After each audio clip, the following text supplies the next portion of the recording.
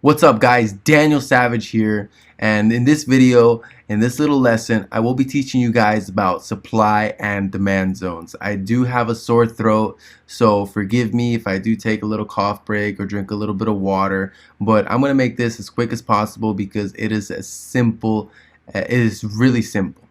Basically, these supply zones and these demand zones, they're very needy, and they're forms of support and resistance. I like to use these zones to find my overall targets, and I like to use these zones to scalp.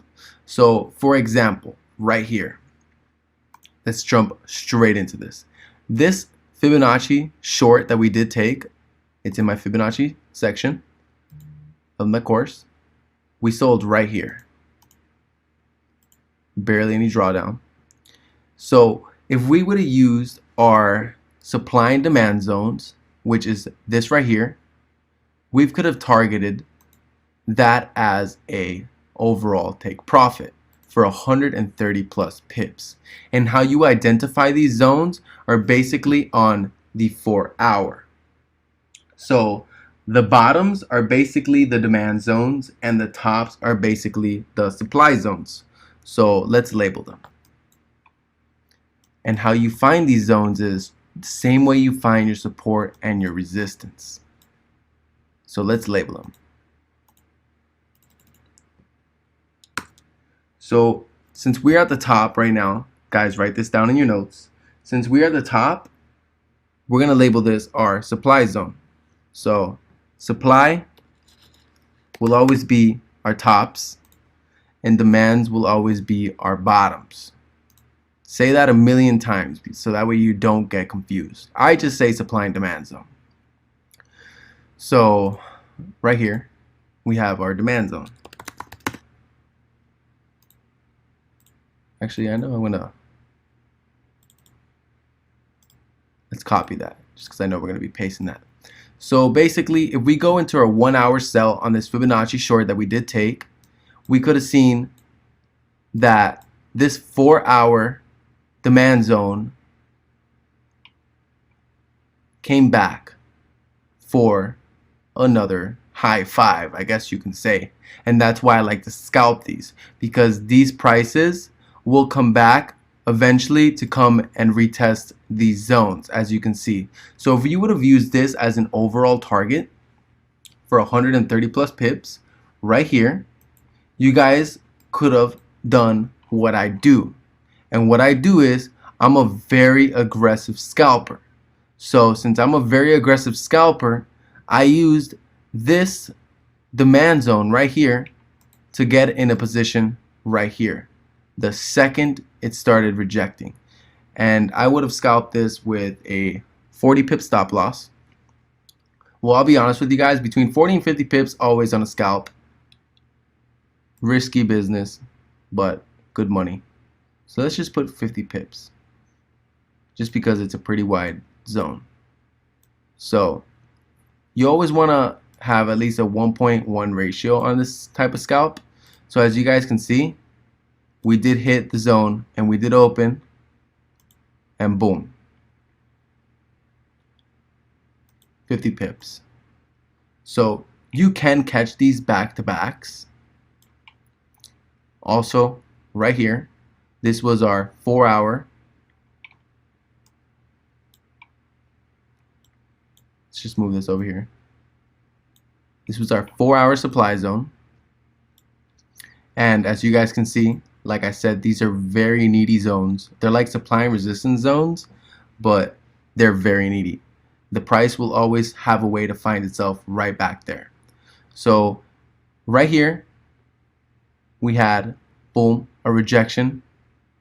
And we just flooded 100 plus pips, 150 plus pips. So if you would have sold the minute that this thing started rejecting, like let's say right here with our 40-50 pip stop on this scalp with our 1.1 ratio, you could have rode this thing down to our other zone, which would be our demand zone, for 186 pips. Literally, these zones are very needy. And you'll realize after doing some back testing and taking some notes how you can manipulate the market in your favor. So let's go back for another example. This right here is a supply zone from all the way over here from September 20th.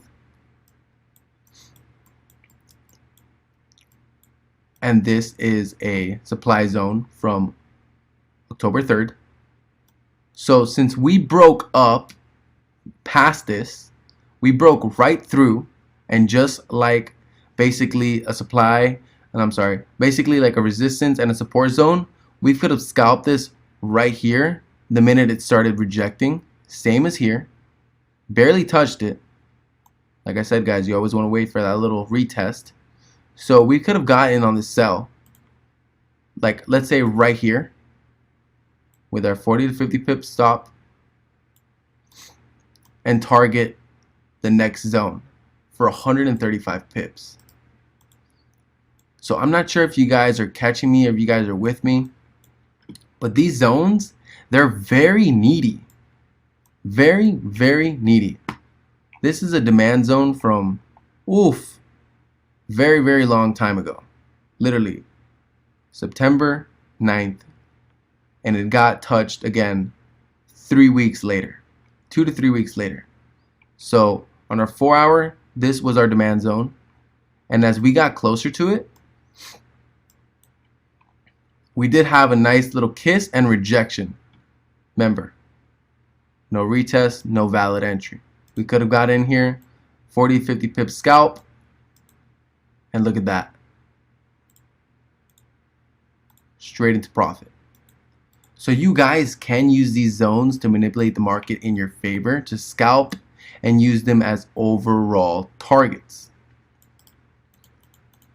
So let me find another example of using these zones to find overall targets.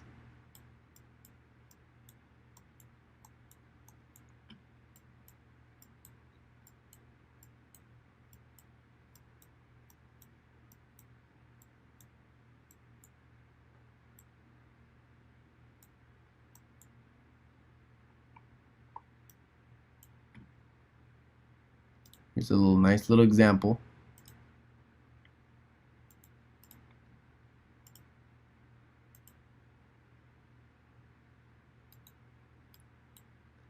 Boom. Fibonacci short in our zone for the sell of 140 pips. So you guys will see this a lot. I only drew a few little zones on our 4 hour. You can also draw these on the 1 hour, but I just feel like they're so much more like accurate when it comes to scalping them and targeting them on the 4 hour with your 1 hour analysis than anything.